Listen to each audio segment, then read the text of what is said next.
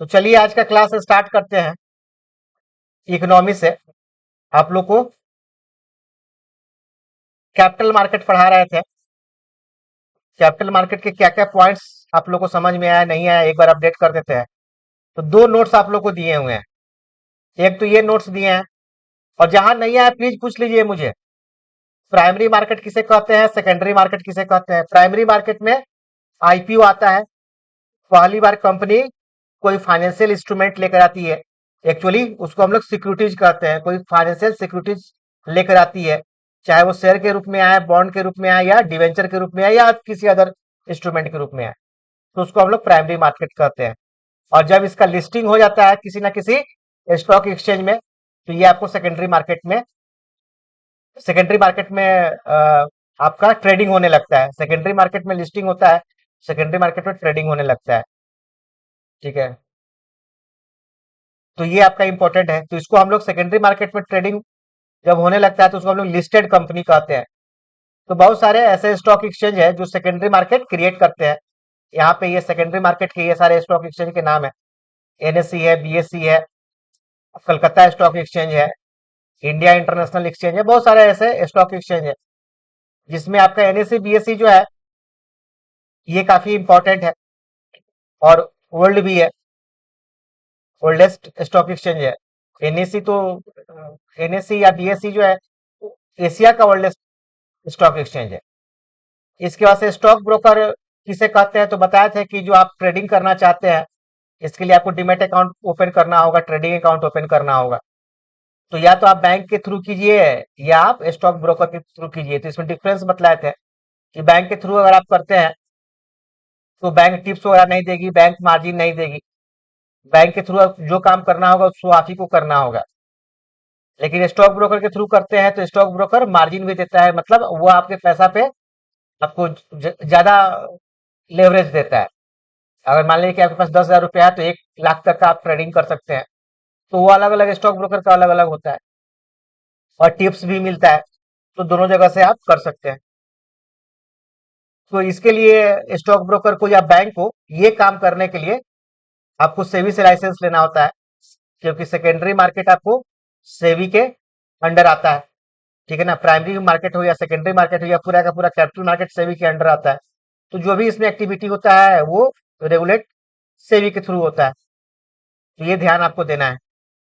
इसके बाद से आपको डिपोजिटरीज किसे कहते हैं, तो जो डीमेट अकाउंट आपका ओपन होता है उसको हम लोग वो आपको डिपोजिटरी के अंडर होता है। तो इंडिया में दो प्रकार का डिपोजिटरी है, एक सीडीएसएल है, दूसरा एनएसडीएल है। तो सीडीएसएल जो है वो रिटेल इन्वेस्टर के लिए है। ठीक है ना, जैसे हम लोग का जो अकाउंट ओपन होगा डीमेट अकाउंट, ये सीडीएसएल में होगा। एंड एनएसडीएल जो है आपका कॉर्पोरेट इन्वेस्टर के लिए है। जैसे कि मान लीजिए कि म्यूचुअल फंड को अगर डीमेट अकाउंट ओपन करना है तो एनएसडीएल के लिए होगा।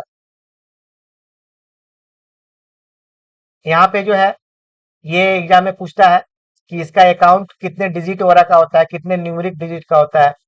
तो दिया हुआ है कि सीडीएसएल का जो है 16 न्यूमेरिक डिजिट का होता है, एनएसडीएल का जो है ये आपको अल्फा न्यूमेरिक का होता है। दो इन आईएन इसमें कॉमन होता है और फिर 14 न्यूमेरिक डिजिट होता है। तो याद रखिएगा, ध्यान रखिएगा।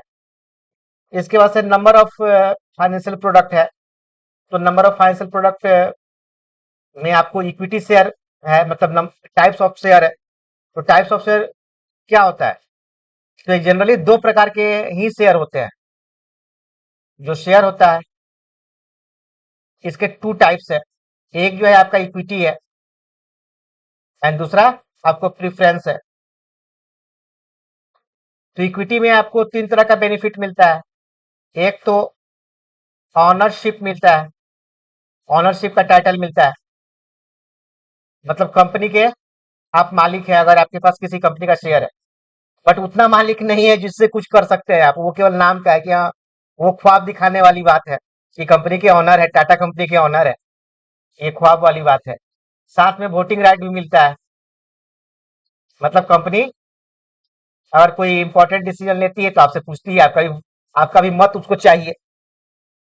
लेकिन अगेन ये ख्वाब दिखाने वाली बात है।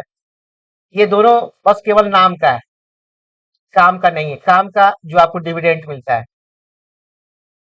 तो जो आपको डिविडेंड मिलता है यही आपके काम का है। बट इक्विटी शेयर में क्या होता है, ये वेरिएबल होता है। ये कंपनी हर एक साल एक ही डिविडेंड, एक ही अमाउंट ऑफ डिविडेंड दे, ये कोई जरूरी नहीं है। अलग अलग अमाउंट ऑफ डिविडेंड हो सकता है, या फिर किसी साल नहीं भी दे सकती है। अब ये डिविडेंड क्या होता है, तो कंपनी का प्रॉफिट का एक पार्ट होता है, प्रॉफिट का एक हिस्सा होता है। अब चूंकि आप मालिक है ना, तो इसीलिए आपको क्या मिलेगा, आपको प्रॉफिट मिलेगा। समझ में आ रहा है ना, मालिक को प्रॉफिट मिलेगा। एम्प्लॉय को क्या मिलेगा, बोलिए, एम्प्लॉय को क्या मिलेगा, सैलरी, सैलरी मिलेगा। वर्कर को क्या मिलेगा, वेज। वेज मिलेगा। Very good. तो ये अलग अलग नाम है, ये अलग अलग पैसा का जो है सोर्स ऑफ इनकम का ये अलग अलग नाम है। तो यहाँ पे आपको प्रॉफिट का एक हिस्सा मिलेगा डिविडेंड के रूप में, जो कि आपका क्या होगा, वेरिएबल होगा। तो तीन, इक्विटी शेयर को तीन ये बेनिफिट मिलता है। ऐसे ये मान लीजिए कि अगर कोई बोले कि मेरे पास शेयर है, तो आप जानिए कि उसके पास इक्विटी शेयर ही है। मतलब जो ऑर्डिनरी जो शेयर किसी के पास होता है वो इक्विटी ही होता है, और मार्केट में जिसकी खरीद बिक्री होता है वो इक्विटी ही होता है बाय डिफॉल्ट, जब तक वो प्रेफरेंस का नाम नहीं ले ले। अगर वो स्पेशली प्रेफरेंस की कि हाँ मेरे पास प्रेफरेंस शेयर है किसी कंपनी का, जब तक वो बोल नहीं दे तब तक आप ये मान ना ले। ठीक है ना। तो प्रेफरेंस शेयर में क्या क्या होता है, तो प्रेफरेंस शेयर वाले को ऑनरशिप नहीं मिलता है, वोटिंग राइट नहीं मिलता है, केवल डिविडेंड मिलता है। बट ये डिविडेंड क्या होता है, फिक्स्ड होता है। यही मेन कारण है कि मार्केट में कंपनी प्रेफरेंस शेयर इशू नहीं करती है, क्योंकि कंपनी के ऊपर एक फिक्स लायबिलिटी आ जाता है कि हाँ मेरा कंपनी जो भी परफॉर्म करे ना करे, लेकिन हमको जो है ये अमाउंट हर एक साल शेयर होल्डर को, प्रेफरेंस शेयर होल्डर वाले को देना ही देना है। ठीक है ना। इसीलिए न के बराबर ये प्रेफरेंस शेयर आपका मार्केट में सर्कुलेट होता है। लेकिन अंतर यही है कि इक्विटी शेयर वाले को वेरिएबल डिविडेंड मिलता है, प्रेफरेंस शेयर वाले को फिक्स डिविडेंड मिलता है। अगर किसी साल कंपनी लॉस में जा रही है और डिविडेंड अगर नहीं दे पाई, तो ये फिर डिविडेंड एक्यूमुलेट हो जाएगा। अगर ये अगले साल मान लीजिए कि 1,000 रुपया डिविडेंड दे रही है, इस साल नहीं दे पाई, ठीक है ना, और उसमें क्यूमुलेटिव डिविडेंड का ऑप्शन है, क्यूमुलेटिव अगर नहीं है तो देना ही पड़ेगा, कुर्सी टेबल बेच के दीजिए लेकिन दीजिए। लेकिन अगर क्यूमुलेटिव डिविडेंड का ऑप्शन है, तो अगले साल आपको 2,000 डिविडेंड देना होगा। एक साल इस साल का, 1,000 इस साल का, 1,000 अगले साल का, 2,000 डिविडेंड देना पड़ेगा, क्यूमुलेटिव हो जाएगा। तो इसलिए लाइबिलिटी कंपनी के ऊपर आता है। इसके बाद से और भी दो तरह का शेयर है। एक तो आपको बोनस शेयर आता है, बोनस शेयर आता है। तो बोनस का मतलब क्या होता है कि जब कंपनी अच्छा परफॉर्म करती है तो बोनस बांटती है, अपने एम्प्लॉय के बीच में बोनस बांटती है। तो यहाँ पे बोनस शेयर मतलब अपने शेयर होल्डर को बोनस शेयर देती है। तो बोनस जो होता है एक प्रकार का फ्री ऑफ कॉस्ट होता है, फ्री ऑफ कॉस्ट होता है। मतलब थोड़ा समझने वाली बात है कि बोनस पैसा के रूप में भी शेयर होल्डर को दे सकती है डिविडेंड के रूप में, लेकिन यहाँ पे आपको शेयर दे रही है। तो एक्चुअली शेयर से क्या होता है, मार्केट कैपिटलाइजेशन बढ़ जाता है, मार्केट कैप बढ़ जाता है, कंपनी बड़ी हो जाती है। ठीक है ना। कभी कभी आपने सुना होगा कि रिलायंस कंपनी जो है वर्ल्ड की नंबर 1 कंपनी हो गई कुछ क्षण के लिए। तो उसका दो कारण हुआ कि इसका कैप, मार्केट कैप बहुत बढ़ गया, बाकी लोग का कैप थोड़ा सा घट गया। तो कुछ क्षण के लिए हो गई बड़ी कंपनी, और फिर अगला दिन और छोटी कंपनी हो गई। तो ये कम बेसी चलता रहता है, क्योंकि मार्केट क्या है, वोलाटाइल है। आप कब ऊपर जाएंगे कब नीचे जाएंगे कहना बड़ा मुश्किल है। अब यार देखिए ना, जैसे कि एग्जांपल के तौर पे कि जो टाटा की जो कंपनी है, ठीक है ना, टाटा,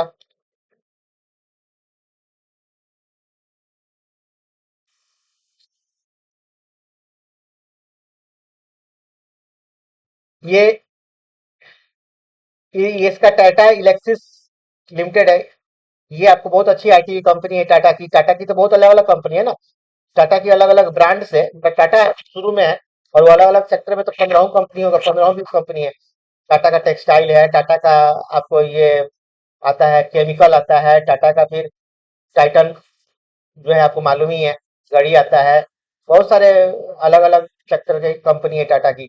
ये एलएक्सी किस क्या चीज में डील करती है होटल, फिर? ये ये एक तरह का सॉफ्टवेयर मेकिंग कंपनी है, मतलब टीसीएस से थोड़ा सा सुपीरियर है। आप टीसीएस टीसीएस भी आपका प्योर सॉफ्टवेयर है। टीसीएस का देखे ना, टीसीएस हम टीसीएस से है। और टीसीएस जो है आपका, ये देखिए 2560 पे चल रहा है।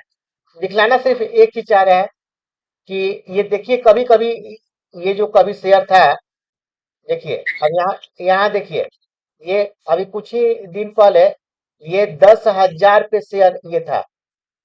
ठीक है, कब था ये? 2022 में था। तो उस समय इसका मार्केट कैप क्या हुआ होगा? बहुत बढ़ गया होगा। अब आज कितना है? आधा से भी उससे कम हो गया है। अब ये चूंकि आईटी सेक्टर में थोड़ा सा आर्टिफिशियल इंटेलिजेंस का बोलबाला है, और वो अमेरिका में अमेरिका जो है वो थोड़ा सा युद्ध में लगा हुआ है, तो ग्लोबल मार्केट थोड़ा सा डाउन पे है, इसीलिए इसका शेयर भी घटा हुआ है। तो वाट एवर, कहने का सिर्फ मतलब ये है कि अगर आप लिस्टेड कंपनी हैं तो मार्केट में आप बड़ी भी होते रहते हैं और छोटे भी होते रहते हैं। वो आपके मार्केट कैप क्या होता है? बढ़ता जाता है, घटता जाता है।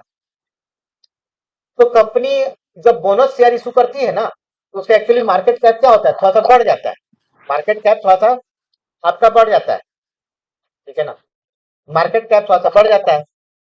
ठीक है ना, इसीलिए बोनस शेयर देती है। तो बोनस शेयर भी जो मिलता है वो इक्विटी के फॉर्म में ही मिलता है। इक्विटी के फॉर्म में। तो एक तो बोनस शेयर दे और दूसरे में आपको प्रीफरेंस शेयर के फॉर्म में दे, ऐसा तो हो ही नहीं सकता ना। क्लियर ना? इक्विटी के फॉर्म में देता है तो आपके लिए कोई दिक्कत नहीं है, क्योंकि आप बोनस शेयर सेल करके भी पैसा आपको मिल जाएगा। और ना सेल करना है तो कोई बात नहीं है। लेकिन जो है कंपनी का क्या होता है? मार्केट कैप बढ़ जाता है। दूसरा होता है राइट इशू। राइट इशू, तो ये भी एक प्रकार का शेयर, नया शेयर मार्केट में लाने का एक तरीका है। यहाँ सब जो है नया शेयर मार्केट में लाने का तरीका है, ये भी एक नया शेयर मार्केट में लाने का तरीका है। लेकिन ये फ्री ऑफ कॉस्ट नहीं मिलता है। इसमें ये एक्चुअली रेशियो में मिलता है। ये नोट करिए, नॉट फ्री ऑफ कॉस्ट। ये नॉट फ्री ऑफ कॉस्ट, ये फ्री ऑफ कॉस्ट नहीं मिलता, ये आपको रेशियो में मिलता है। कि आपके पास कंपनी, मान लेते हैं आपके पास अगर कंपनी का एक शेयर है, तो कंपनी बोले कि जिसके पास कंपनी का एक शेयर होगा उसको हम एक शेयर राइट इशू में देंगे। लेकिन यहाँ पे क्या होगा? तो यहाँ पे सिर्फ ये रहेगा कि इसका प्राइस मार्केट से कम रहेगा, मतलब डिस्काउंट पे देगा। जैसे कि मार्केट में अगर 100 रुपया पे अगर उसी कंपनी का सेम शेयर मिल रहा है, तो राइट इशू में हो सकता है कि ये 80 रुपया में ही दे। तो 20 रुपया आपको डिस्काउंट में मिल गया ना, तो अच्छा होगा। आप ले वहां आपको मजबूर नहीं करेगी। लेना है तो ले लीजिए, नहीं लेना है तो कोई बात नहीं है। क्योंकि नहीं लीजिएगा तो मार्केट से आपको वही शेयर 100 रुपये में लेना पड़ेगा, या फिर मार्केट का जो अप डाउन होगा उसके अकॉर्डिंग लेना पड़ेगा। तो राइट शेयर थोड़ा सा आपको डिस्काउंट में मिलता है। और कितना में मिलेगा? तो ये तो एक्चुअल जो सिचुएशन होगा उसमें मालूम चलेगा। और आपको कितना पे कितना शेयर मिलेगा, तो ये भी एक्चुअल जो सिचुएशन होगा उसमें मालूम चलेगा। जैसे कि हो सकता है कंपनी बोले कि 2 शेयर पे हम एक शेयर देंगे। ठीक है ना, तो ये तो उसका है। तो ये भी जो आपको मिलेगा राइट इशू, तो ये प्रोसेस हुआ राइट इशू, बट ये इक्विटी के फॉर्म में ही मिलता है। इक्विटी शेयर के फॉर्म में ही आपको मिलता है। तो मिला जुला के बात है कि इक्विटी शेयर ही सबसे इंपॉर्टेंट है, जब तक प्रीफरेंस बोला नहीं जाए। तो नंबर ऑफ शेयर कितने हुए? तो दो ही हुए, इक्विटी या प्रीफरेंस। बाकी bonus share and right issue तो एक प्रोसेस हुआ ना। ठीक है ना, समझ में बात आ रही है? तो यहाँ पे इक्विटी शेयर हो गया। इसके बाद से आपको यहाँ पे लिखा है राइट इशू या right share, both are same thing. इसके बाद से बोनस शेयर हमने बता ही दिया, प्रीफरेंस शेयर हमने बता ही दिया। इसके बाद से हमने क्यूमुलेटिव प्रीफरेंस शेयर बता ही दिए। क्यूमुलेटिव प्रीफरेंस शेयर का मतलब क्या हुआ कि अगर कंपनी पार्टिकुलर ईयर नहीं दी तो अगले साल बढ़ा के दीजिए, दोनों जोड़ के दीजिए। ठीक है ना। क्यूमुलेटिव कन्वर्टेबल प्रीफरेंशियल, अब एक्चुअली शेयर भी जो है ना, वो आपको कंपनी, कोई भी कंपनी है, बताए थे, कोई भी कंपनी का जो कैपिटल होता है, इसको नोट कीजिए, कैपिटल जो होता है वो दो ही फॉर्म में होता है, या तो इक्विटी के फॉर्म में होता है या फिर डेप्ट के फॉर्म में होता है। और कोई भी कंपनी जो चलती है वो कैपिटल ही पे ही चलती है। कंपनी का जो पहला चीज होता है, किसी भी कंपनी का पहला चीज कैपिटल होता है। जो बैलेंस शीट होता है, बैलेंस शीट में एक तरफ लायबिलिटी होता है, दूसरी तरफ एसेट होता है। लायबिलिटी का जो पहला आइटम होता है वो क्या होता है? कैपिटल ही होता है। एकदम नोट कीजिए, बहुत अच्छा आप लोग को अकाउंटिंग पढ़ाने वाले हैं। ठीक है ना। पहला चीज जो होता है वो कैपिटल ही होता है। और कैपिटल किस फॉर्म में होता है? तो मात्र दो ही फॉर्म में हो सकता है, या तो इक्विटी के फॉर्म में हो सकता है, तब या तो हम मालिक के रूप में हम पैसा दे रहे हैं, या हमको एक हिस्सेदारी चाहिए, या फिर हम कर्ज आपको दे रहे हैं। दो ही तरीका से पैसा हम आपको दे सकते हैं। तीसरा कौन सा तरीका हो सकता है? दो ही तरीका से हम पैसा दे सकते हैं, इक्विटी के फॉर्म में या डेब्ट के फॉर्म में हम पैसा दे सकते हैं।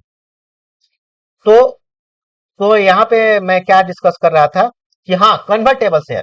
तो ऐसा भी हो सकता है कि जो इक्विटी है वो कुछ समय के बाद डेप्ट में कन्वर्ट हो जाए।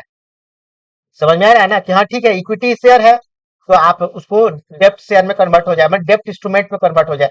या ऐसा भी हो सकता है कि डेप्ट इंस्ट्रूमेंट भी इक्विटी में कन्वर्ट हो जाता है, तो जिसको हम लोग डेप्ट कन्वर्टेबल कहते हैं या इक्विटी कन्वर्टेबल कहते हैं। तो ये सिचुएशन है। क्लियर ना? अगेन ये आपका सिचुएशन हुआ। तो क्यूमुलेटिव कन्वर्टेबल प्रेफरेंस शेयर मतलब इतना ज्यादा बढ़ गया है। अब मान लीजिए, जरा सोचिए, क्यूमुलेटिव प्रेफरेंस शेयर, एक तो प्रेफरेंस शेयर अपने लायबिलिटी कंपनी के ऊपर प्रेफरेंस शेयर अपने लायबिलिटी, ठीक है ना। क्यूमुलेटिव है मतलब इस साल नहीं दिए, बात समझ में आया? फिर अगले साल नहीं दिए, फिर अगले साल नहीं दिए, 2-3 साल नहीं दिए, तो फिर इन्वेस्टर क्या बोलेगा कि ये तो गलत बात है ना। तो कंपनी जो है चालाक बन के रखी हुई है, तो हम ऐसा ऐसा करते हैं, इसको हम डेप्ट के रूप में ले लेते हैं, कन्वर्ट कर लिए। तो ये जो प्रेफरेंस शेयर है, ये डेप्ट के रूप में चला गया। तो अलग अलग जो है ऑप्शन होता है कंपनी के पास। अब आपको कैसा दे रही है, ये है पार्टिसिपेटिंग प्रेफरेंस शेयर। तो अगेन पार्टिसिपेटिंग मतलब आपको एक निश्चित अमाउंट तो देगी ही, जो आपने प्रॉमिस किया है वो तो निश्चित अमाउंट देगी। और दूसरे में अगर किसी साल कंपनी बढ़िया परफॉर्म करती है तो कुछ एक्स्ट्रा भी आपको दे सकती है। इसका नाम हो गया पार्टिसिपेटिंग प्रेफरेंस शेयर। तो लिखा हुआ है, पढ़ लीजिएगा, नहीं समझ में आएगा तो पूछिएगा। इसके बाद से है गवर्नमेंट सिक्योरिटीज। तो एक्चुअली कंपनीज का जो सिक्योरिटीज होता है, सिक्योरिटीज का मतलब क्या होता है? कोई भी पूछे सिक्योरिटीज का मतलब क्या होता है तो आप क्या बोलेंगे? कोई भी बोले सिक्योरिटीज का मतलब क्या होता है, तो सिक्योरिटीज का मतलब होता है कि यह एक प्रकार का फाइनेंशियल इंस्ट्रूमेंट है जो हमको मार्केट में मिलेगा। कहाँ मिलेगा? जो मार्केट में मिलेगा। फाइनेंशियल इंस्ट्रूमेंट तो कोई भी हो सकता है, ठीक है ना। फाइनेंशियल इंस्ट्रूमेंट तो कोई भी मिलेगा। बैंक में भी, बैंक के जितने भी इंस्ट्रूमेंट है वो क्या है? फाइनेंशियल इंस्ट्रूमेंट है।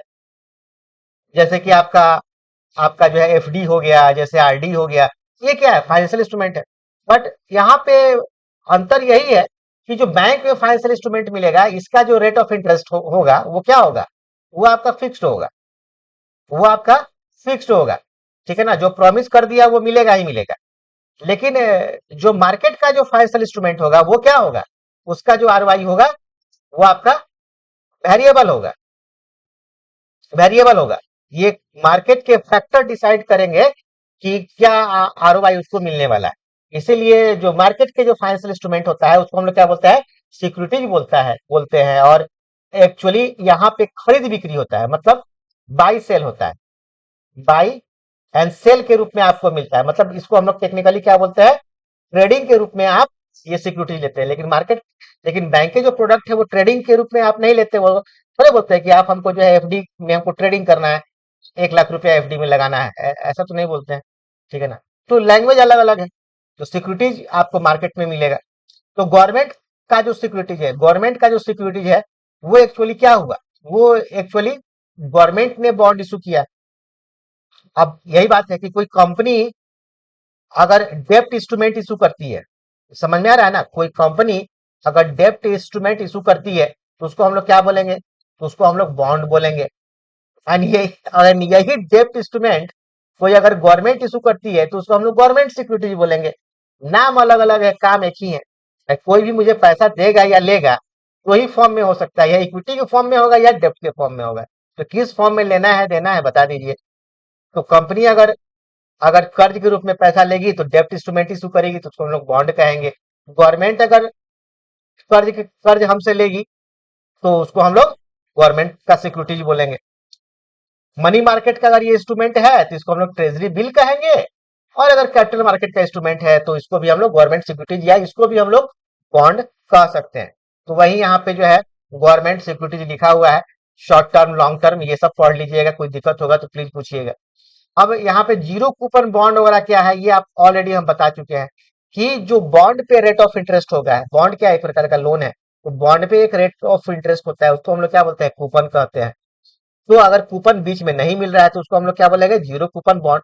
मतलब डिस्काउंट में मिलेगा और आपको जो है प्रीमियम पे आपको पैसा मिलेगा, तो जो आपको बेनिफिट होगा यही आपका इनकम हुआ। ठीक है ना। डिवेंचर किसे कहते हैं?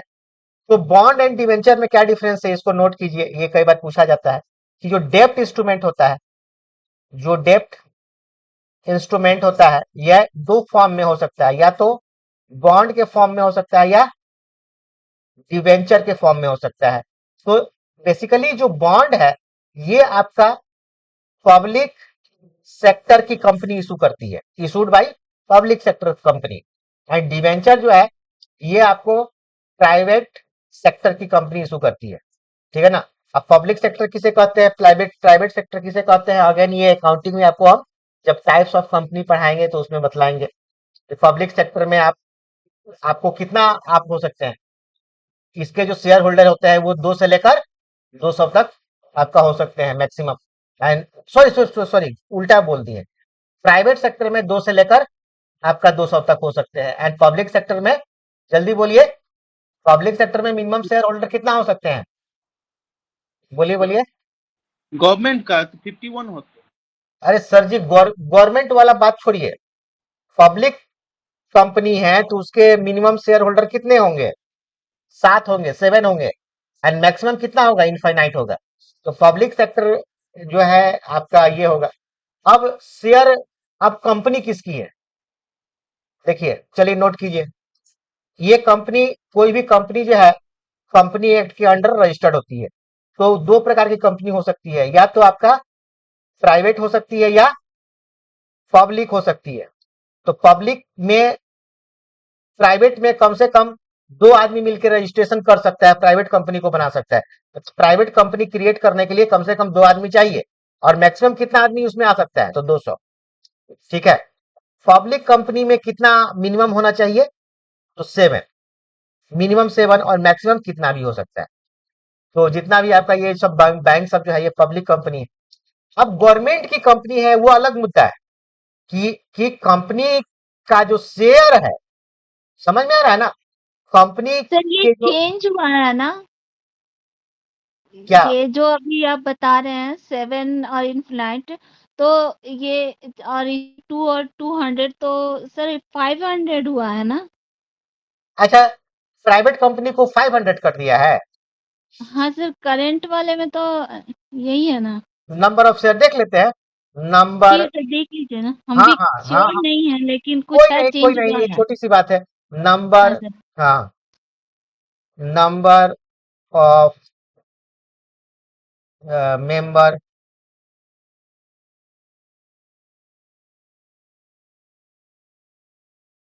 इन लोकसभा आ रहा है, इन प्राइवेट कंपनी, अभी देखिए कितना है, यहाँ तो 200 लिख रहा है।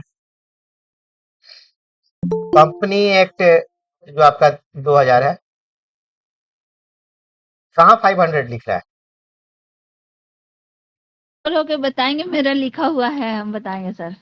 अच्छा ठीक है, तो बताइएगा, कोई बात नहीं। मतलब आपके हाँ सामने सर। हम गूगल पे टाइप किए हैं हाँ कि अंडर द कंपनी एक्ट 2020, मान लीजिए कहीं आप लिखा हुआ है या 1 अप्रैल के बाद आने वाला है, ये बताइए। अगर 1 अप्रैल के बाद अब लागू होने वाला है, नहीं, लागू बाद नहीं होने वाला है सर, ये आप तो पढ़ाए थे जो लास्ट टाइम, तो उसी समय कुछ चेंज हुआ था सर।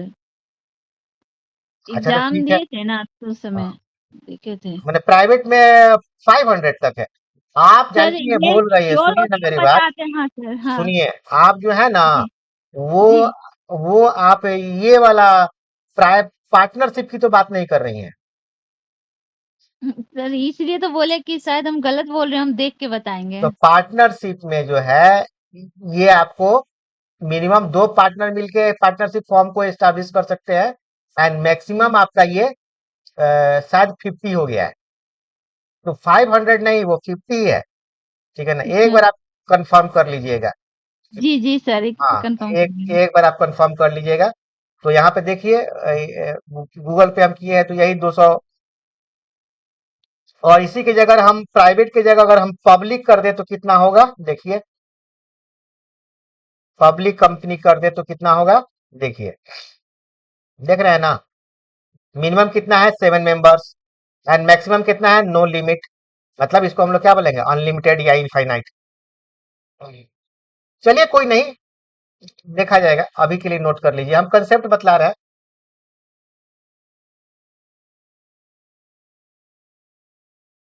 तो हम लोग कहाँ पे थे, ठीक है, ये क्या बतला रहे थे, दिमाग से बात उतर गया। मेंबरशिप के बारे में बता रहे थे। हाँ, तो मेंबरशिप तो बता ही दिए कि 200 है 200, और क्या बता रहे थे। डेब्ट इंस्ट्रूमेंट के बारे में बता रहे थे सर, बॉन्ड और डिवेंचर दो प्रकार के होते हैं। हाँ, ठीक है, उसी तो में बता रहे प्राइवेट थे कंपनी, पब्लिक हाँ, तो सेक्टर। प्राइवेट कंपनी आपको जो है डिवेंचर इशू करती है, एंड पब्लिक कंपनी आपका क्या करती है, पब्लिक कंपनी आपका बॉन्ड इशू करती है। इसको भी नोट कर लीजिए कि बॉन्ड कौन इशू करेगा, तो पब्लिक कंपनी, डिवेंचर कौन इशू करेगा, तो प्राइवेट कंपनी। और एक चीज और बताया थे कि कंपनी के शेयर हाँ, के बारे में हाँ, बताया। कंपनी का जो शेयर है वो कंपनी किसकी है, ठीक है, कंपनी किसकी है, तो जिसका भी शेयर कम से कम 51% है, कंपनी उसी की है। अगर ये गवर्नमेंट का है तो कंपनी गवर्नमेंट का है। बात समझ में आ रहा है ना, तो कंपनी गवर्नमेंट का है। जैसे कि आपका जिस बैंक में भी आप काम करते हैं, मान लेते हैं कि जिस बैंक, तो वो आपको बोलते हैं कि गवर्नमेंट अंडरटेकिंग है। तो इसका मतलब क्या हुआ, इसका मतलब है कि गवर्नमेंट के पास उसका 51% से ज्यादा शेयर है। अब जैसे कि आईडीबीआई है, आईडीबीआई बैंक, तो आईडीबीआई बैंक पहले पब्लिक सेक्टर की बैंक थी, और अभी भी ये पब्लिक सेक्टर की बैंक है, उसके लिए कोई बात नहीं है। प्रॉब्लम क्या हुआ, मतलब डिफरेंस क्या हुआ, डिफरेंस सिर्फ इतना ही हुआ कि गवर्नमेंट अपना शेयर हटा ली, कुछ कम कर दी, 51% से कम कर दी, और उसको किसने परचेज किया, तो एलआईसी ने परचेज किया। अब सुनने में आ रहा है कि एलआईसी भी उस शेयर को बेच दिया है। खैर, उतना डिटेल में हम लोग नहीं जाएंगे। तो यहाँ दो चीज नोट कीजिए केवल, कि जो अगर पब्लिक सेक्टर की कंपनी है तो जो जो डेप्ट इंस्ट्रूमेंट इशू करेगी तो उसको हम लोग क्या बोलेंगे, बॉन्ड बोलेंगे। एंड जो प्राइवेट सेक्टर की कंपनी है वो जो डेप्ट इंस्ट्रूमेंट इशू करेगी तो उसको हम लोग क्या बोलेंगे, डिवेंचर कहेंगे। साथ में एक चीज और नोट कीजिए, जो बॉन्ड होता है वो अनसिक्योर होता है। जो बॉन्ड होता है वो क्या होता है, अनसिक्योर होता है, ठीक है, और जो डिवेंचर होता है वो सिक्योर होता है। अब ये मत सोचिएगा कि डिवेंचर प्राइवेट सेक्टर की है तो सिक्योर होगा, वो अनसिक्योर होता है, ये मत सोचिएगा। तो इसका बहुत सारा बॉन्ड, हम आपको पूरा क्लास लेने वाले हैं अकाउंटिंग में। एक्चुअली बॉन्ड में, बॉन्ड क्योंकि मार्केट रिलेटेड इंस्ट्रूमेंट है, बॉन्ड का ट्रेडिंग वगैरह होता है। तो हालांकि बॉन्ड का जो ग्राफ होता है वो शेयर जैसा नहीं होता है, बहुत कम फ्लक्चुएट करता है, लेकिन फिर भी बॉन्ड क्या होता है, अनसिक्योर इंस्ट्रूमेंट में माना जाता है। और जो डिवेंचर है वो सिक्योर इंस्ट्रूमेंट में माना जाता है। बॉन्ड आपका, एक मिनट, हाँ, ये क्लास ले रहा है सर, बोलिए ना। हाँ, जीआईबी का बोलिए ना, कोई विशेष बात। अच्छा, ठीक ठीक, कॉल करते हैं, ठीक।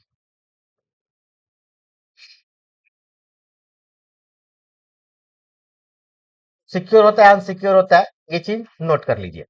That's all. तो ये आपका डिवेंचर हो गया, ये आपका बॉन्ड हो गया। इसके बाद से आपको कूपन, कूपन बॉन्ड किसे कहते हैं, तो जो आपको कुछ ना कुछ रेट ऑफ इंटरेस्ट ईयरली देता रहता है, ईयरली दे, हाफ ईयरली दे, वाट एवर, उसको हम लोग कूपन बॉन्ड कहते हैं। एंड जीरो कूपन बॉन्ड किसे कहते हैं, जो इंटरेस्ट बीच में नहीं देगा, जो डिस्काउंट पे इशू होगा। जो मान लीजिए कि 1,000 का है, तो 1,000 आपको यहाँ पर मिल जाएगा, और आप जब कंपनी को कितना देंगे, तो 900, तो ये 100 रुपये आपको बेनिफिट हुआ, ठीक है ना। तो ये आपको डिस्काउंट पे हुआ, तो इसको हम लोग क्या बोलेंगे, जीरो कूपन बॉन्ड। जैसे कि ट्रेजरी बिल वगैरह होता है, ट्रेजरी बिल हुआ, सर्टिफिकेट ऑफ डिपॉजिट हुआ, ये सब जीरो कूपन बॉन्ड का है एग्जाम्पल है। लेकिन बीच में अगर कुछ ना कुछ पैसा आने लगा, जैसे कि 1,000 रुपया कंपनी आपसे ली, और आपसे बोली कि 10% हम इस पे हर एक साल आपको देंगे, तो 1,000 का 10% कितना हुआ, 100 रुपये आपको हर एक साल ये आपको मिल गया, तो इसको हम लोग क्या बोलेंगे, कूपन बॉन्ड कहेंगे। अब फिर फर्दर कूपन बॉन्ड भी बहुत तरह का होता है, तो देखेंगे। कन्वर्टेबल बॉन्ड क्या हुआ, कन्वर्टेबल बॉन्ड का मतलब हुआ कि बॉन्ड जो है वो शेयर में कन्वर्ट हो जाएगा, तो उसको हम लोग कन्वर्टेबल बॉन्ड बोलेंगे। और शेयर अगर बॉन्ड में कन्वर्टेबल हो जाए तो कन्वर्टेबल शेयर बोलेंगे। परपेचुअल बॉन्ड का मतलब क्या होगा? परपेचुअल बॉन्ड का मतलब क्या होता है? जो चलता रहे, लगातार चलता रहे। तो बॉन्ड का भी अगर हम लोग टर्म देखें कि बॉन्ड कितने दिन का होता है, जैसे कोई बोले कि शेयर का कोई टर्म होता है, तो नहीं होता है, इनफाइनाइट तक हो जाए। कोई भी कंपनी, जैसे कि कोई भी कंपनी है, कोई भी कंपनी है, तो कोई भी कंपनी अगर शेयर इशू करती है ना, तो इसका मार्केट में ट्रेडिंग होता है। तो ये ताऊ उम्र चलता रहता है, जब तक सूरज चांद रहेगा, उस टाइप का है। ताउम्र चलता रहेगा। कंपनी अपने शेयर को बाई बैक बहुत कम ही करती है। ठीक है, करती है, ऐसा नहीं है कि नहीं करती है। वो फिर एक तरह का नोटिफिकेशन निकालती है, पॉलिसी निकालती है कि अपने शेयर का कुछ शेयर को हम बाई बैक करना चाहते हैं। तो ये बहुत से कम ही होता है, लेकिन होता है, बहुत कम ही होता है। ज्यादातर कंपनी का जब आईपीओ आ जाता है और इसको सेकेंडरी मार्केट में लिस्टिंग कर दिया जाता है, तो इसका ट्रेडिंग होता रहता है। तो ये चलता रहता है इनफाइनाइट। ठीक है ना, इसीलिए शेयर का कोई पूछे टर्म कितना होता है तो नहीं मालूम। ठीक, ये नहीं मालूम। उसी प्रकार बॉन्ड का जो टर्म होता है ना, तो बॉन्ड का टर्म कम से कम 1 साल होता है, क्योंकि कैपिटल मार्केट का जितना भी इंस्ट्रूमेंट है उसका टर्म 1 साल होगा। और बहुत सारे बॉन्ड आपका इनफाइनाइट ईयर तक का भी होता है। तो जो इनफाइनाइट ईयर वाला होता है ना, उसी को हम लोग क्या बोलते हैं? परपेचुअल बॉन्ड बोलते हैं। ठीक है ना, तो ये एक प्रकार का बॉन्ड का टाइप्स है, वेराइटी है। तो ये आपको परपेचुअल बॉन्ड लिखा है। इसके बाद से types of capital market in the primary market. तो प्राइमरी मार्केट में दो तरह का, दो तीन तरह का आपको मार्केट है। सबसे पहला तो पब्लिक इशू है। तो पब्लिक इशू जब भी आएगा तो आईपीओ के फॉर्म में आएगा। समझ में आ रहा है ना? तो जब भी कोई कंपनी कंपनी का आईपीओ आएगा मार्केट में, वो भले ही आईपीओ आपको सेबी से परमिशन लेके आए और कंपनी अपना रेड हेयरिंग प्रोस्पेक्टस बनाएगी, सेबी के पास जाएगी, परमिशन देगी, तो आईपीओ आएगा। ये आईपीओ आपको मर्चेंट बैंकर के थ्रू मार्केट में सेल होगा, ये सब जानते हैं। लेकिन इसको खरीदेगा कौन? तो दो तरह के इन्वेस्टर इसमें पैसा लगाते हैं। एक तो आपको इंडिविजुअल है, जिसको हम लोग रिटेल इन्वेस्टर कहते हैं, रिटेल इन्वेस्टर्स कहते हैं। और दूसरा आपका हुआ कंपनी, जिसको हम लोग कॉर्पोरेट इन्वेस्टर कहते हैं। तो ये दो तरह का इन्वेस्टर है, आपके मार्केट में परचेज करते हैं। तो इसी बात को यहाँ पे लिखा हुआ है कि आईपीओ के फॉर्म में आएगा और इसको आपको रिटेल इन्वेस्टर होगा या कॉर्पोरेट इन्वेस्टर होगा। तो जो कॉर्पोरेट इन्वेस्टर होता है ना, उसको हम लोग क्या बोलते हैं? उसको हम लोग QIB बोलते हैं। क्यू का मतलब क्वालिफाइड इंस्टीट्यूशनल बायर। ठीक है ना, क्वालिफाइड इंस्टीट्यूशनल बायर। ठीक है ना, क्वालिफाइड इंस्टीट्यूशनल बायर। इंस्टीट्यूशन का मतलब क्या हुआ? अब कंपनी को हम इंस्टीट्यूशन ही कहेंगे ना, तो यहाँ पे जो है लिखा भी हुआ हो कहीं पे क्वालिफाइड इंस्टीट्यूशनल बायर। हाँ देखिए, क्वालिफाइड इंस्टीट्यूशनल बायर, तो उसको हम लोग क्वालिफाइड इंस्टीट्यूशनल बायर कहते हैं। क्वालिफाइड इंस्टीट्यूशनल बायर एक जगह और यूज होता है, प्राइवेट प्लेसमेंट पे।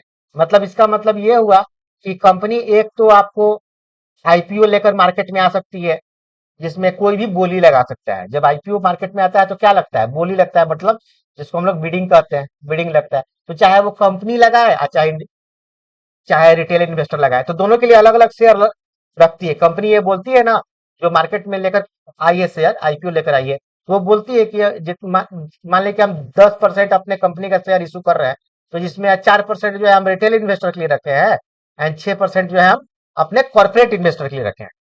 वो पहले से वो बोलती है, तो उसको भी बिडिंग ही करना होता है। जैसे रिटेल इन्वेस्टर को बिडिंग करना होता है, उसी तरह से कॉर्पोरेट इन्वेस्टर को बिडिंग करना होता है। दूसरा तरीका है कि ये कंपनी जो है प्राइवेट भी इशू कर सकती है, प्राइवेट प्लेसमेंट भी कर सकती है। प्राइवेट प्लेसमेंट जो होता है ये एक्चुअली कॉर्पोरेट के लिए ही होता है, जिसको हम लोग यहाँ भी हम लोग QIB बोलते हैं, क्वालिफाइड इंस्टीट्यूशनल बायर, यहाँ भी हम लोग बोलते हैं। तो ये मार्केट में नहीं आता है, सेबी से परमिशन यहाँ भी लेना होता है, लेकिन ये शेयर मार्केट में नहीं आता है। ठीक है ना, तो यहाँ पे क्वालिफाइड इंस्टीट्यूशनल बायर लिखा हुआ है, नीचे में लिखा हुआ है qualified institutional buyer private placement में। अब क्वालिफाइड इंस्टीट्यूशनल बायर है एंड यहाँ पे QIP है, क्वालिफाइड इंस्टीट्यूशनल प्लेसमेंट है। तो दोनों वर्ड एक ही सिक्का का दो पहलू है। ठीक है, बायर कौन हुआ? अब सेलर कौन हुआ? जो सामान बेचे, और जो सामान उसको ले उसको क्या बोलेंगे? बायर बोलेंगे। तो सेलर बायर तो एक ही सिक्का के दो पहलू हुआ है ना, एक साइड सेलर है, दूसरी तरफ बायर है। उसी प्रकार QIP कौन हुआ? तो कंपनी हुई जो प्लेसमेंट की कि अपने शेयर का हम प्लेसमेंट कर रहे हैं इस पर्टिकुलर कंपनी को, और जिसके पास प्लेसमेंट हुआ उसको हम लोग क्या बोलेंगे? क्वालिफाइड इंस्टीट्यूशनल बायर बोलेंगे। तो एक ही सिक्का के दो पहलू हैं। ठीक है, इसके बाद से यहाँ पे दो वर्ड आता है, एक आपको IPO आता है, दूसरा FPO आता है। तो IPO का मतलब क्या हुआ? Initial public offer, and FPO का मतलब क्या होता है? फॉलो ऑन पब्लिक ऑफर या फर्दर पब्लिक ऑफर। तो बोथ आर सेम थिंग। जैसे कि मान लेते हैं कि कोई एक कंपनी है, अब कंपनी अगर शेयर, किसी भी कंपनी का अगर शेयर मार्केट में आया ही नहीं है, तो इसका मतलब है कंपनी के पास 100% शेयर है। समझ में आ रहा है ना? अब मान लेते हैं कि इसमें से 10% शेयर मार्केट में आ गया, इसका जो है IPO आ चुका। मान लेते हैं कि 1980 में किसी कंपनी का IPO आया था। तो ये IPO आता है तो कंपनी के पास पैसा चला जाता है, ये कंपनी के पास पैसा चला जाता है। ठीक है ना? एक प्रोसेस देख लीजिए, तो फिर यहाँ पे आते हैं। जैसे कोई कंपनी है, कंपनी को जो है मनी चाहिए, मनी रिक्वायर्ड है, तो ये IPO लेकर आती है, IPO लेकर आती है। IPO में जो भी इन्वेस्टर है, इन्वेस्टमेंट करते हैं, चाहे वो आपका रिटेल हो चाहे कॉर्पोरेट हो। तो ये जो IPO का पैसा आएगा ये किधर जाएगा? डायरेक्टली ये कंपनी को जाएगा। मतलब कंपनी जिसके लिए IPO लेकर आई थी उसका पैसा क्या हो जाएगा? कंपनी का पैसा बढ़ जाएगा। अब इन्वेस्टर का चूंकि पैसा लग गया है ना, इसको पैसा कैसे मिलेगा? ये तो कंपनी देने से रही, ये तो कंपनी को मिल गया, ये देने से रही। अब इन्वेस्टर का जो पैसा लगा है, इसीलिए ये सारे IPO क्या होता है? रजिस्ट्रेशन हो जाता है किसी ना किसी स्टॉक एक्सचेंज के पास, जिसको हम लोग क्या बोलते हैं? लिस्टिंग कहते हैं। और ये यहाँ पे ट्रेडिंग शुरू होता है। तो एक इन्वेस्टर मान लेते हैं कि जो I1 था, अब यहाँ पे I1 जो है वो I2 को बेच देगा, तो उसको पैसा मिल गया, इसको शेयर मिल गया। ठीक है ना? तो यहाँ पे ट्रेडिंग चलता रहेगा, और यहाँ पे कंपनी को मिल गया, जो कभी भी लौटाती नहीं है। बाईबैक जो कंपनी करती है, वो बहुत कम ऐसा चांसेस है कि वो बाईबैक करती है, लेकिन ज्यादातर कंपनी पैसा लौटाती नहीं है। ठीक है, तो जो है ये बात सब समझ रहे हैं ना? ऐसा तो नहीं है कि हम बहुत जल्दी से समझा रहे हैं। तो IPO आ गया। अब मान लेते हैं कि ये कंपनी का जो है कैपिटल बढ़ गया, कैपिटल जो है बढ़ गया, कंपनी अपना काम कर दी। अब फर्दर ये कंपनी चाहती है ना, इसके पास अब कितना हो गया? 90% इसके पास अभी भी बचा हुआ है कंपनी के पास। अब ये चाहती है कि 10% का हम और IPO लेकर आ जाए, मार्केट में और IPO लेकर आ जाए। अभी 2026 में मान लेते हैं कि वो कंपनी चाहे तो फर्दर ये अपना रेड हेयरिंग प्रोस्पेक्टस बनाएगी, सेबी के पास जाएगी कि हम फर्दर IPO लेके आना चाहते हैं, तो सेबी परमिशन दे देगी। सब कुछ देखकर सेबी परमिशन दे देगी, लेकिन इसका नाम अब IPO नहीं रहेगा, इसका नाम अब क्या हो जाएगा? FPO। क्योंकि आई का मतलब क्या होता है? इनिशियल होता है। अब इनिशियल तो एक ही बार हो सकता है ना, बार बार अगर आप एक ही काम को बार बार कीजिएगा तो वो तो फर्दर ही होगा ना, उसका नाम तो इनिशियल तो नहीं होगा ना। तो IPO एंड FPO में कोई अंतर नहीं है, ना ही प्रोसेस में, ना ही इसके वर्डिंग में, बस केवल आई की जगह F है, मतलब फर्दर है। समझ में आ रहा है ना? रिसेंट में सर कोई किसी का FPO आया है, मतलब कोई कंपनी का? पता नहीं FPO जो है आपको, चलिए आप हमको याद करवाइएगा, और अभी हम क्लास के समय अगर गूगल पर सर्च करेंगे तो समय लग जाएगा। क्लास के बाद आपको सर्च करके हमें ग्रुप में भेज देंगे कि वो कौन कौन कंपनी है जिसका FPO आया है। ठीक है ना?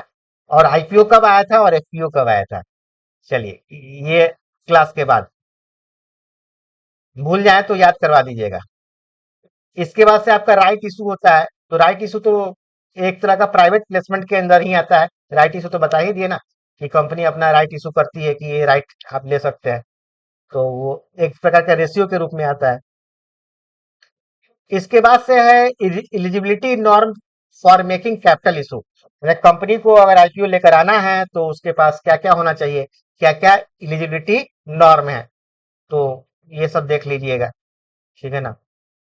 ये सब यहाँ पे लिखा हुआ है, कुछ 50 लाख क्या है, ये सब देख लीजिएगा। इसीलिए हमने शॉर्ट नोट्स भी बनाया है, और वहां पे जो एलिजिबिलिटी नॉर्म है वो अच्छा से है।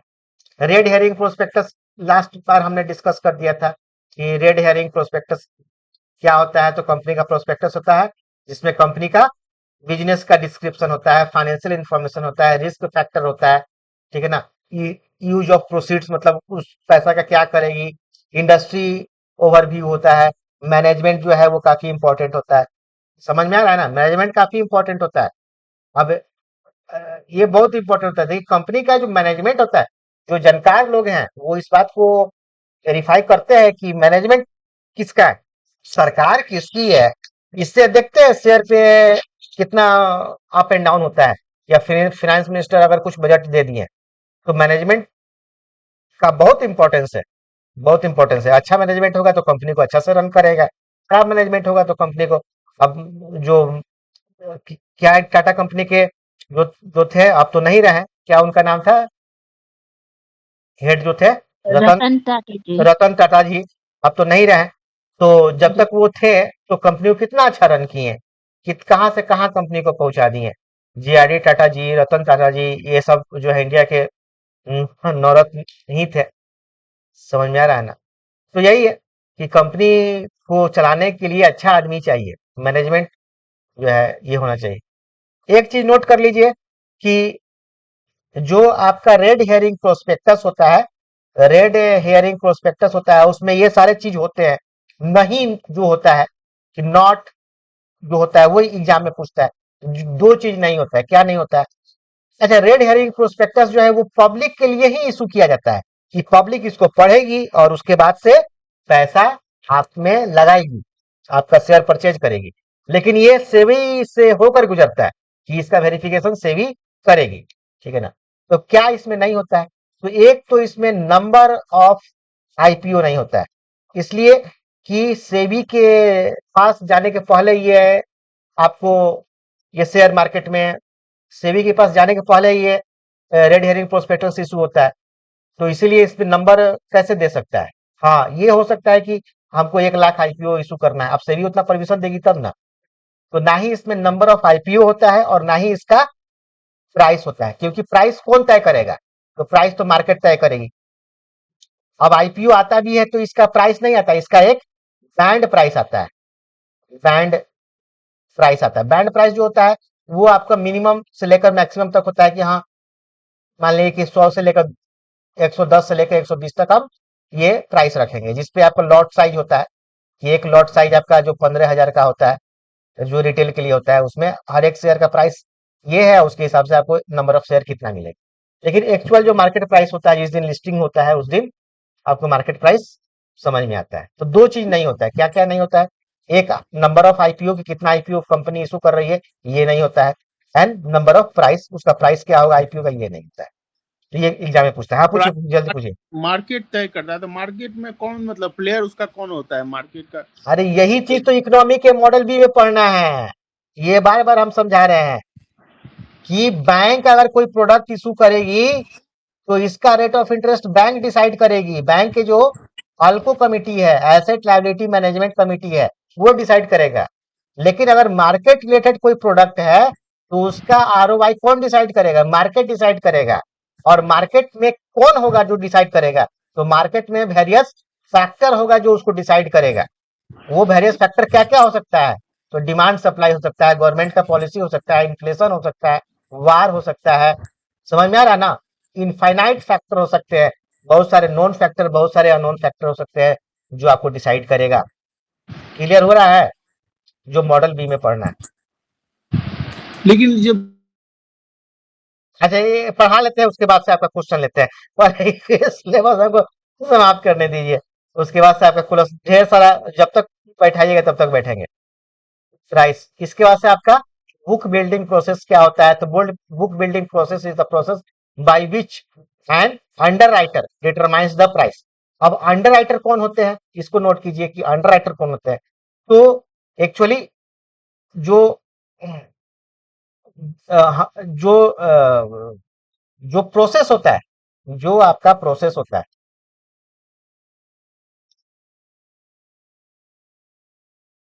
जो कंपनी आपको रेड हेयरिंग प्रोस्पेक्टस बनाती है, इसके बाद से ये सेबी के पास जाती है, इसके बाद से आईपीओ आता है, इसके बाद से रजिस्ट्रेशन होता है कहाँ पे, किसी ना किसी स्टॉक एक्सचेंज के पास, और इसके बाद आपका ट्रेडिंग होता है। तो यहां तक ये पूरे प्रोसेस में ढेर सारा पैसा चाहिए। मतलब पैसा रेज करने के लिए कंपनी को ढेर सारा पैसा चाहिए। क्या है कि आईपीओ जब आएगा तो कंपनी एडवर्टाइजमेंट भी कराएगी, सेबी भी कुछ पैसा लेगी, स्टॉक एक्सचेंज भी कुछ पैसा लेगा, ठीक है ना। जहां पर आईपीओ सेल होगा, जो कि आपका मर्चेंट बैंकिंग के थ्रू होगा, वो भी पैसा लेगा।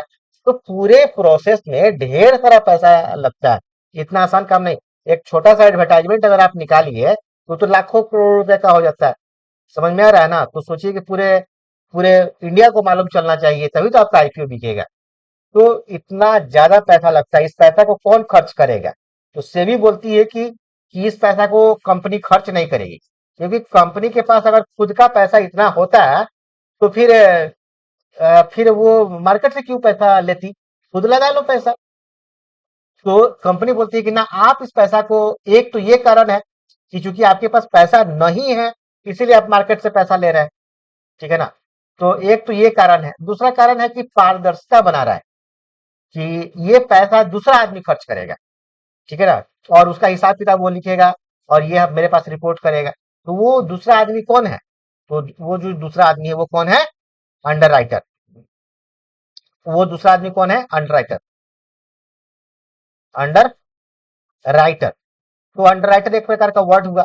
ये अंडर राइटर का काम कौन करता है, तो ज्यादातर ये काम वही करेगा जिसके पास पैसा होगा, वही ना पैसा देगा, ठीक है। तो इंडिविजुअल इन्वेस्टर तो नहीं होता है, ये जनरली आपको कोई ना कोई फाइनेंशियल इंस्टीट्यूशन ही होता है, लाइक लाइक बैंक। तो बैंक बैंक जो है आपको अंडरराइटर का भी काम करती है, बैंक आपको मर्चेंट बैंकिंग का भी काम करती है। तो ये आपका है। इसके बाद से आपको इसके बाद से ये सब रि, रिटेल इन्वेस्टर, ये नोट कीजिए, रिटेल इन्वेस्टर किसे कहते हैं, कोई बोलेगा रिटेल इन्वेस्टर क्या है, ठीक है। तो रिटेल इन्वेस्टर जो है वो मैक्सिमम आपका आईपीओ में 2 लाख रुपया तक लगाता है, उसको रिटेल इन्वेस्टर कहते हैं। ये एग्जाम में कई बार पूछता है, यहाँ दिया भी हुआ है कि रिटेल इन्वेस्टर किसे कहते हैं। क्वालिफाइड इंस्टीट्यूशनल बायर में कौन कौन आ सकता है, तो जो आपका म्यूचुअल फंड है, या जो शेड्यूल कमर्शियल बैंक है, ये सब, या कोई इंश्योरेंस कंपनी है, ये आपको क्वालिफाइड इंस्टीट्यूशनल में आएगी। इसके बाद से एंकर इन्वेस्टर किसे कहते हैं, तो यहाँ पे जो है दिया है कि जिस समय आईपीओ आता है उस समय अगर कोई ऐसा कॉर्पोरेट, ठीक है ना, रिटेल इन्वेस्टर नहीं, अगर कोई ऐसा कॉर्पोरेट जो 10 करोड़ रुपया मिनिमम की बोली लगाता है, उसको हम लोग एंकर इन्वेस्टर कहते हैं। इसके बाद से ग्रीन शू ऑप्शन किसे कहते हैं, ये सब कुछ कुछ पॉइंट है जिसको नोट कीजिएगा, एक एक नंबर के क्वेश्चन में पूछता है, ठीक है ना। सेल्फ सेटिस्फाइड सिंडिकेट बैंक क्या है, जो एसबा की फैसिलिटी देता है, वो आपका सेल्फ सेटिस्फाइड सिंडिकेट बैंक है। एसबा फैसिलिटी क्या होता है, आईपीओ में जब आप पैसा लगाते हैं तो आपका पैसा होल्डिंग पे चला जाता है, होल्डिंग पे चला जाता है। जब आईपीओ इशू होता है तो अगर आपको मिल गया तो आपका जो होल्डिंग पैसा वो कंपनी को चला गया, और आपके डीमेट अकाउंट में आईपीओ का शेयर आ गया। और आपको अगर पैसा नहीं मिला, आपको अगर आईपीओ नहीं मिला, आपको अ, आपको अगर आईपीओ नहीं मिला तो आपका जो होल्डिंग है वो क्या होगा, समाप्त हो जाएगा। उस पैसा को खर्च कीजिए आप, या जो करना है सो कीजिए। क्या क्या एलिजिबिलिटी है आईपीओ के लिए, यहाँ पे दिया हुआ है कि eligibility condition for making an IPO, तो इसको पढ़िएगा। यहीं से जो हमने नोट्स दिया है उसमें बड़ा अच्छा लिखा हुआ है, छोटा छोटा पॉइंट करके लिखा हुआ है। तो ये भी जरूरी है, वो भी जरूरी है। अब ये हमने पूरा बतला दिया। अब आइए उस नोट्स पे हम लोग चलते हैं, ये वाला, ये तो ये नोट्स एकदम एक एक, ये तो ऐसा नोट्स है कि इसका निकालने का भी जरूरत नहीं है, समझ में आ रहा है ना। ये सारा आपके गूगल क्लासरूम में रहेगा, और आराम से उसको ओपन कीजिए और मोबाइल पे आप इसको वो करते रहिए। इसको निकालने का भी क्या जरूरत है, मोबाइल पे ही आप इसको पढ़ सकते हैं। ये कैपिटल मार्केट के क्या क्या आपका है, तो capital market market for long term fund where equity share and long term डेप्ट instrument are issued and traded. अब बताइए, ठीक है ना, एकदम शॉर्ट में लिखा हुआ है। पर्पस क्या होगा, तो raise long term capital for companies and government. बताइए, कंपनी को अगर लॉन्ग टर्म के लिए पैसा चाहिए या गवर्नमेंट को लॉन्ग टर्म के लिए पैसा चाहिए, तो वो कैपिटल मार्केट के अंडर फाइनेंशियल इंस्ट्रूमेंट इशू करती है और वहां से पैसा रेज करती है। प्रोवाइड इन्वेस्टमेंट अपॉर्चुनिटी, और जो इन्वेस्टर है उसको इन्वेस्टमेंट अपॉर्चुनिटी भी मिलता है कि एक प्रकार का मार्केट रिलेटेड इंस्ट्रूमेंट मिलता है। और साथ में ये facilitate economic development, very important, ठीक है ना। ये देखिए कितना इंपॉर्टेंट है इकोनॉमिक डेवलपमेंट, क्योंकि कंपनी को अगर पैसा मिलेगा तो कंपनी क्या करेगी, उस पैसा का नए प्रोजेक्ट में लगाएगी और वहां से आपका एम्प्लॉयमेंट जो है आपका रेज होगा, जनरेट होगा। तो ये क्या हुआ, इकोनॉमिक डेवलपमेंट ही हुआ, उनको पैसा मिलेगा, वो फिर घर बनाएंगे, इस तरह से इकोनॉमिक चलती रहती है। तो ये इकोनॉमिक डेवलपमेंट आपको यहाँ से होगा। इंस्ट्रूमेंट क्या क्या रेज कर सकते हैं कैपिटल मार्केट में, तो इक्विटी शेयर कर सकते हैं, प्रेफरेंस शेयर कर सकते हैं। अब यहाँ केवल नाम लिखा हुआ है, यहाँ डिस्क्रिप्शन नहीं है। अब आपके दिमाग में आ गया कि इक्विटी शेयर किसे कहते हैं, प्रेफरेंस शेयर किसे कहते हैं, डिवेंचर किसे कहते हैं, बॉन्ड किसे कहते हैं, गवर्नमेंट सिक्योरिटी किसे कहते हैं, वो डिस्क्रिप्शन में दिया हुआ है। नहीं आता है तो फिर डिस्क्रिप्शन खोलिए, ठीक है ना। यहाँ पे एक छोटा सा ट्रिक दिया है कि मार्केट कैपिटल मार्केट क्या है, ये सब नोट्स बनाने का है। तो लीड करके है, नहीं एल ई लीड नहीं ना, एल ई डी जी है। तो एल से क्या होगा, तो लॉन्ग टर्म फंड होगा, इक्विटी से डेप्ट इंस्ट्रूमेंट, गवर्नमेंट का सिक्योरिटी। अब कितने प्रकार के मार्केट होते हैं, दो प्रकार के मार्केट होते हैं, primary market and secondary market. Primary market में क्या क्या आता है, तो यहाँ पे नोट कीजिए, प्राइमरी मार्केट में ये सब चीज आता है। फर्स्ट टाइम इशू होता है, IPO, FPO, right issue, private placement, ठीक है ना। सेबी क्या है, तो आपको रेगुलेटर का काम करती है। अब यहाँ पे आपका इंटरमीडियरी में क्या होता है, इंटरमीडियरी का मतलब क्या हुआ, इंटरमीडियरी का मतलब हुआ कि जब ट्रेडिंग होने लगा और जब कंपनी आई, मतलब इंटरमीडियरी का मतलब ये हुआ कि कंपनी कंपनी का जो शेयर है वो ट्रेडिंग होने लगा, किसके अंदर, स्टॉक एक्सचेंज के अंदर। तो ये तो फाइनल पॉइंट हो गया ना। तो इसके बीच का जो जो काम है, इसके बीच का जो वर्क है, ये कौन करेगा, तो कोई ना कोई इंस्टीट्यूशन ही करेगा, स्पेशली फाइनेंशियल इंस्टीट्यूशन करेगा। तो उसको हम लोग क्या बोलेंगे, इंटरमीडियरी। तो कौन कौन सा इंटरमीडियरी हो सकता है, तो मर्चेंट बैंकर होता है जो आईपीओ सेल करेगा, इशू मैनेजर होता है, लीड अरेंजर होता है, अंडर राइटर होता है। लीड अरेंजर नाम से भी क्लियर है कि अरेंज करेगा कि कौन कौन आईपीओ वगैरह लेगा, ठीक है ना। रोल ऑफ बैंक का क्या रोल है इसमें, तो banker to issue, underwriter, arranger, ये सब बैंकर करता है। सेकेंडरी मार्केट में क्या क्या होता है, तो सेकेंडरी मार्केट में ट्रेडिंग होता है। बेसिकली ट्रेडिंग का मेन मुद्दा क्या है, तो ट्रेडिंग जो है आपको प्रोवाइड लिक्विडिटी, बताए थे ना कि वो आदमी को कहां से ढूंढिएगा, जो आपके पास जो शेयर है वो ले ले, या आपके पास जो फाइनेंशियल इंस्ट्रूमेंट है वो ले ले, वो आपको सेकेंडरी मार्केट में मिलेगा। इसीलिए सेकेंडरी मार्केट आपको लिक्विडिटी को बढ़ा देता है, ठीक है ना। पहले पहले लिक्विडिटी उतना नहीं था, जब फिजिकल फॉर्म में शेयर था, जब जो है आपका फिजिकल फॉर्म में खरीद बिक्री होता तो उतना लिक्विडिटी नहीं था। लेकिन जब से आपका ऑनलाइन पेमेंट सेटलमेंट सिस्टम हुआ है, या सारा चीज ऑनलाइन डीमेट अकाउंट वगैरह ओपन होने लगा है, तो फिजिकल फॉर्म से हटकर वो इलेक्ट्रॉनिक फॉर्म में आ गया है। तो मार्केट में लिक्विडिटी क्या हुआ है, बढ़ गया है। इसके बाद से डिटरमाइंड मार्केट प्राइस, ये आपको मार्केट प्राइस डिटरमाइन करता है सेकेंडरी मार्केट। बाइंग सेलिंग होता है, बैंक का इसमें रोल क्या हो सकता है, तो बैंक सेकेंडरी मार्केट में आपको ट्रेडिंग करने के लिए आपको demat account and trading account का फैसिलिटी देती है। और साथ में अगर आपने आपने शेयर परचेज कर लिया है और आपको लोन उसका चाहिए, तो आप लोन अगेंस्ट सिक्योरिटीज, समझ में आ रहा है ना, ये आप लेते हैं। क्लियरिंग बैंक का काम बैंक करती है, क्लियरिंग बैंक का भी काम करती है। तो कितना अच्छा नोट्स ये बना हुआ है, अच्छा लग रहा है क्या, बोलिए सौरभ जी। जी सर। हाँ, तो पढ़िएगा तब ना होगा, पढ़िएगा। जो है, हम ज्यादा फास्ट नहीं ना बोल रहे हैं। न, ठीक है सर, जो दिए हैं उसी से आप पढ़ा रहे हैं सर, अच्छा। उसी से पढ़ा रहे हैं, वही पढ़ना ही है। जी हाँ, इसके बाद से आपका स्टॉक, तो ये केवल दिखला रहे हैं, जो ऑलरेडी पढ़ा हुआ है उसको दिखला रहे हैं कि ये सब टाइप्स के हैं।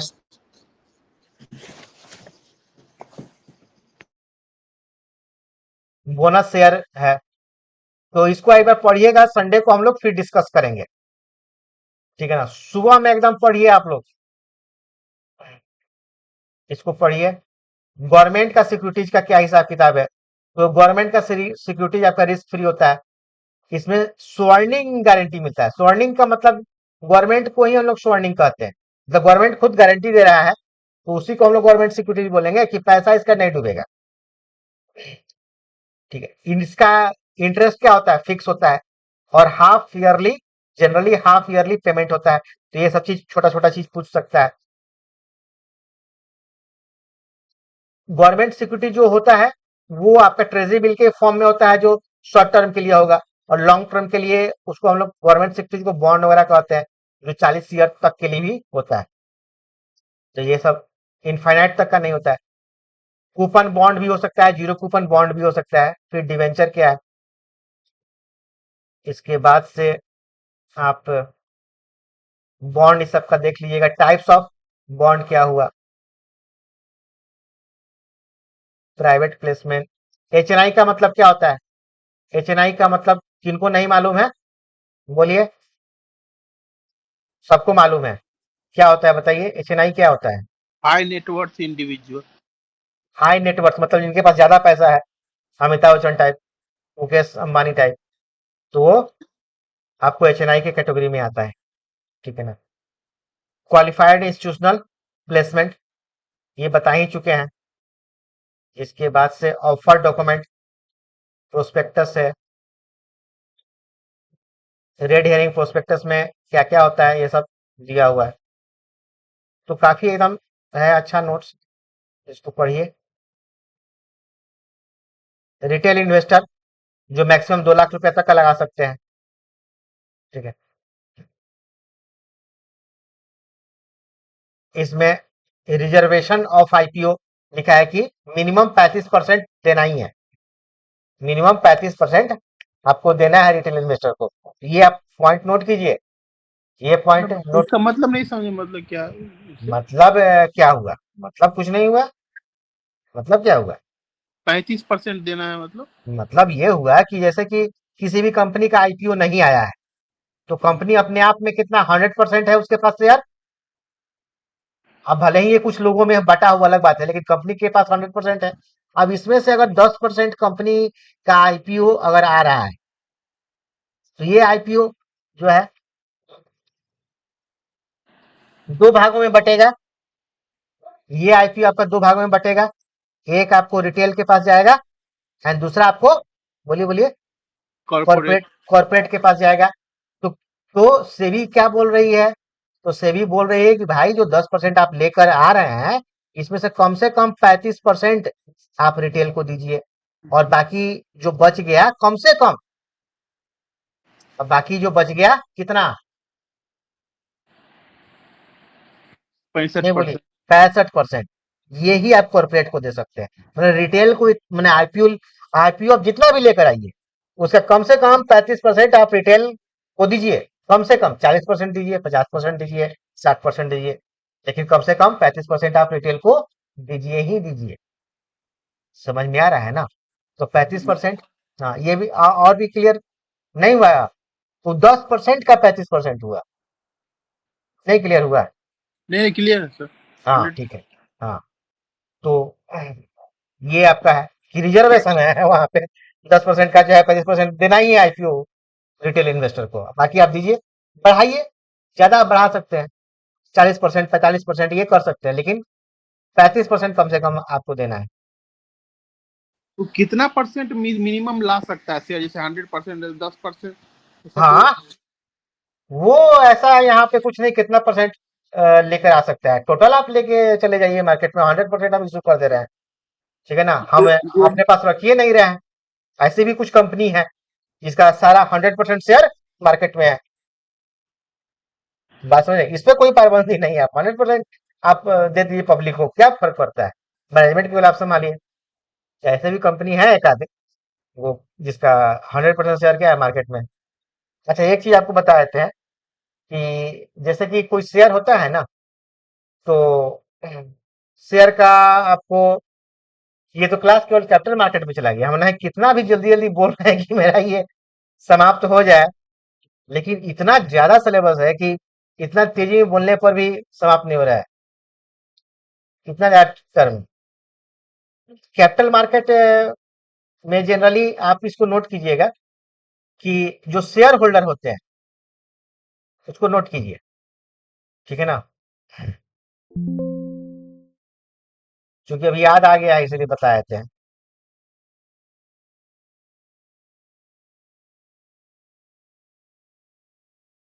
कैपिटल मार्केट छोटा मोटा चीज थोड़े है।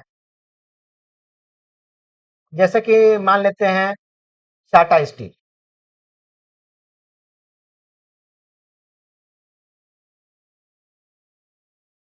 टाटा स्टील, ठीक है। टाटा स्टील आज 198 था, कुछ मार्केट डाउन हुआ है।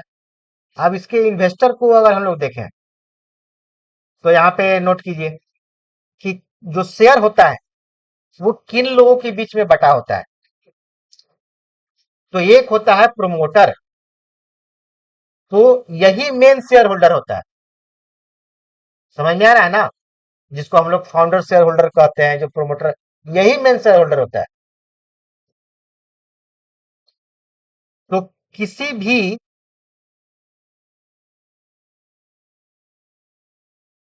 किसी भी कंपनी का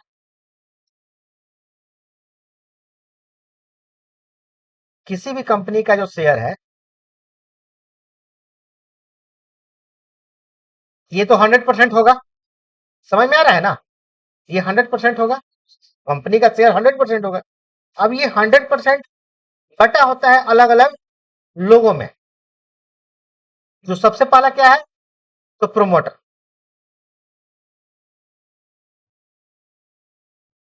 और ये मेजर पोर्शन होता है। तो जिसका प्रोमोटर ज्यादा होगा उसका शेयर बढ़िया माना जाता है। ऐसे देखिए कि यहाँ पे टाटा कंपनी का जो प्रोमोटर के पास जो शेयर है वो 33-34% है। 33% आपका 2023 में थी, अभी थोड़ा सा घटा है, ठीक है ना। तो प्रोमोटर हुआ, उसके बाद कौन हुआ, एफआईआई। एफआईआई का मतलब क्या हुआ, एफआईआई का मतलब हुआ फॉरेन फॉरेन फॉरेन इंस्टीट्यूट हाँ, इंस्टीट्यूशनल इन्वेस्टर। इन्वेस्टर। मतलब ये बाहर के हैं, ये बाहर के हैं जो इंडिया में इन्वेस्टमेंट करना चाहते हैं, इंडियन कैपिटल मार्केट में इन्वेस्टमेंट करना चाहते हैं। अक्सर जो है ये पूछा जाता है कि एफ आई आई, सुनिए ना मेरी बात, एंड एफ डी आई में क्या डिफरेंस है, अक्सर ये पूछा जाता है, ठीक है ना। तो इसको नोट कीजिए कि जो एफ आई आई है, जो एफ आई आई है वो फॉरेन इंस्टीट्यूशनल इन्वेस्टर जो इंडियन कैपिटल मार्केट में इन्वेस्टमेंट करते हैं, ये आपको एफआईआई हुए, फॉरेन इंस्टीट्यूशनल इन्वेस्टर। एंड जो एफडीआई है वो इंडिया में जो वेरियस प्रोजेक्ट है, जैसे बुलेट ट्रेन का प्रोजेक्ट, जैसे एक्सप्रेसवे का प्रोजेक्ट, जैसे कोई केमिकल कंपनी है उसका प्रोजेक्ट, समझ में आ रहा है ना, या बहुत सारे इंश्योरेंस सेक्टर में है, डिफेंस सेक्टर में है, अलग अलग सेक्टर में अलग अलग प्रोजेक्ट है, तो ये प्रोजेक्ट में काम करते हैं। तो ये डिफरेंस है। एफआईआई कैपिटल मार्केट में इन्वेस्टमेंट है, एंड एफडीआई कौन हुआ, जो वेरियस टाइप के प्रोजेक्ट में इन्वेस्टमेंट करते हैं, वो आपका एफडीआई है। तो जो कैपिटल मार्केट में है यहाँ एफआईआई है, ये दूसरे प्रकार के इन्वेस्टर है। उसके बाद से है डीआईआई, ये नोट कीजिए, डीआईआई, डीआईआई मतलब डोमेस्टिक इंस्टीट्यूशनल इन्वेस्टर, मतलब ये मेरे डोमेस्टिक है, इंडिया के है। तो इसमें जनरली आपको जो है कोई एएमसी आती है, एएमसी मतलब एएमसी क्या हुई, mutual fund company, mutual fund company हुई। इसमें कोई इंश्योरेंस कंपनी भी आती है जो जिसका यूली प्लान होता है, वो आ सकती है। कोई जो आपका एनपीएस है, एनपीएस है जनरली वो वाली होती है। मतलब जो कैपिटल मार्केट में इन्वेस्टमेंट करते हैं, जो इंस्टीट्यूशनल इन्वेस्टर है इंडिया के, वो उसको हम लोग क्या बोलेंगे, डीआईआई, ठीक है ना, domestic institutional investors, domestic institutional investors. इसके बाद गवर्नमेंट हुई, गवर्नमेंट खुद इन्वेस्टमेट करती है, गवर्नमेंट भी इन्वेस्टमेंट करती है। अभी टाटा स्टील में गवर्नमेंट का भी कितना हिस्सेदारी है, देखिए 0.18% जो है गवर्नमेंट के पास है। और इसके बाद हम लोग आते हैं रिटेल इन्वेस्टर। इसके बाद आपको कौन आएगा? इसके बाद आपका पब्लिक आएगा। तो कोई ऐसी कंपनी जिसका जिसका मार्केट में शेयर ट्रेडिंग हो रहा है, उसमें ये सारे लोग पार्टिसिपेट करते हैं। लेकिन अगर आईपीओ नहीं आया है तो, अगर आईपीओ नहीं आया है तो बोलिए बोलिए, अगर आईपीओ नहीं आया है तो केवल कौन होगा? केवल प्रोमोटर्स होंगे, बाकी ये सारे नहीं होंगे। मार्केट में शेयर आया ही नहीं है। जब मार्केट में शेयर आया ही नहीं है तो कोई दूसरा लेगा ही नहीं। तो जो प्रोमोटर होंगे उनके पास ही केवल शेयर होगा। तो ये इंपॉर्टेंट है। इसके बाद से क्या बतलाना है?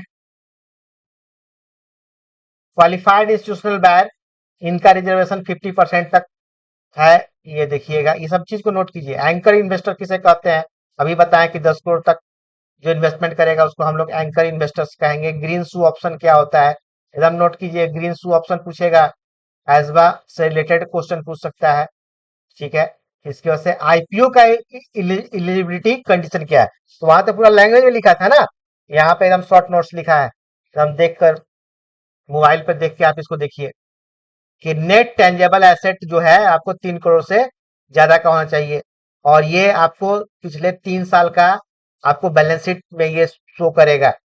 पिछले 3 साल के बैलेंस शीट में ये शो होना चाहिए कि आपका नेट टेंजेबल एसेट जो है 3 करोड़ से ज्यादा, 3 करोड़ या उससे ज्यादा का है कि नहीं।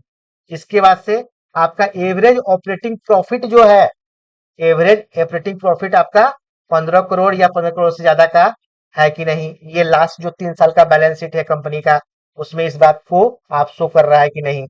इसके बाद से आपका नेट वर्थ जो है वो 1 करोड़ या उससे ज्यादा का है कि नहीं। इसे ये आपका कंपनी शो कर रहा है कि नहीं। तो ये सारे कंडीशन सेटिस्फाई करना चाहिए। अगर नहीं कर रहा है, इफ नॉट सेटिस्फाई, अगर नहीं कर रहा है, तो यहाँ पे लिखा है कि issue must allocate 75% to QIB. तो फिर आप क्यूआईबी को दीजिए, मार्केट में लेकर नहीं आइए।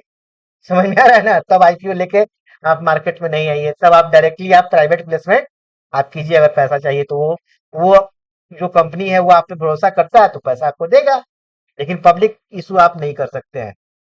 तो काफी इंपॉर्टेंट पॉइंट है। ठीक है,